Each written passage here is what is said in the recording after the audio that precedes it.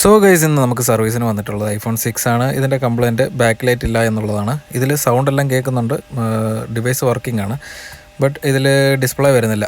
സൈഡിലൂടെ വെട്ടമടിച്ച് നോക്കുമ്പോൾ നമുക്ക് ആപ്പിൾ ലോഗോ ഒക്കെ കാണാൻ സാധിക്കുന്നുണ്ട്.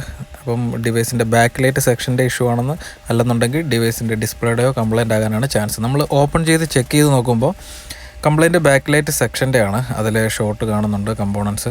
അതുപോലെ തന്നെ ഇത് ഓൾറെഡി സർവീസ് ചെയ്തിട്ടുള്ളതായിട്ട് കാണുന്നുണ്ട്. പ്രോസസ്സറിൻ്റെ ഒക്കെ ഷീൽഡ് റിമൂവ് ആയിട്ടുള്ളതായിട്ടും കാണാൻ പറ്റുന്നുണ്ട്. നമ്മൾ ഡിസ്പ്ലേ റിമൂവ് ചെയ്ത് മാറ്റി വെച്ചതിന് ശേഷം നമുക്ക് ബോർഡ് വെളിയിലെടുത്തതിന് ശേഷം ഡീറ്റെയിൽ ആയിട്ട് ഒന്ന് ചെക്ക് ചെയ്ത് നോക്കാം.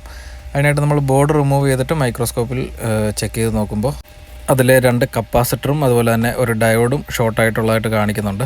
നമ്മളപ്പോൾ ചെയ്യാൻ പോകുന്നത് ഷോർട്ടായ കമ്പോണൻസിനെ റിമൂവ് ചെയ്ത് ക്ലീൻ ചെയ്തതിന് ശേഷം ഒരു ഡോണർ ബോർഡ് യൂസ് ചെയ്ത് അതിലെ കമ്പോണൻസ് നമുക്ക് സെയിം കമ്പോണൻസ് തന്നെ ഇതിലേക്ക് റീപ്ലേസ് ചെയ്താണ് നോക്കാൻ പോകുന്നത്. അതിനായിട്ട് നമുക്ക് ഡോണർ ബോർഡ് ഒരെണ്ണം കിട്ടിയിട്ടുണ്ട്.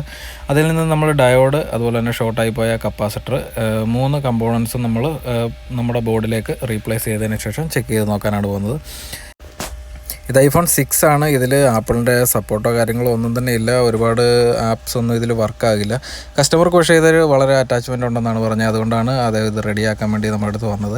നമ്മൾ ഓണാക്കി ചെക്ക് ചെയ്ത് നോക്കിയപ്പോൾ ഡിസ്പ്ലേ ചെറുതായിട്ട് ഫ്ലിക്കർ ആകുന്നുണ്ട്. അത് മെയിനായിട്ട് ഇതിൻ്റെ ബൂസ്റ്റിംഗ് കോയിലും കൂടി ഇഷ്യൂ ഉണ്ടെങ്കിലേ അത് വരാറുള്ളൂ. അപ്പോൾ നമ്മൾ അതും കൂടെ റീപ്ലേസ് ചെയ്തതിന് ശേഷം കസ്റ്റമർക്ക് ഫുൾ പെർഫെക്റ്റ് ആയിട്ട് കൊടുക്കാമെന്ന് വെച്ചിട്ട് അതും നമ്മൾ റീപ്ലേസ് ചെയ്തിട്ടുണ്ട്. റീപ്ലേസ് ചെയ്തതിന് ശേഷം നമുക്ക് ഓണാക്കിയിട്ട് ഫ്ലിക്കറിങ് മാറിയിട്ടുണ്ടോ എന്ന് ചെക്ക് ചെയ്ത് നോക്കാം. അതിനുശേഷം നമുക്ക് ഡിവൈസ് കസ്റ്റമർക്ക് കൊടുക്കാം.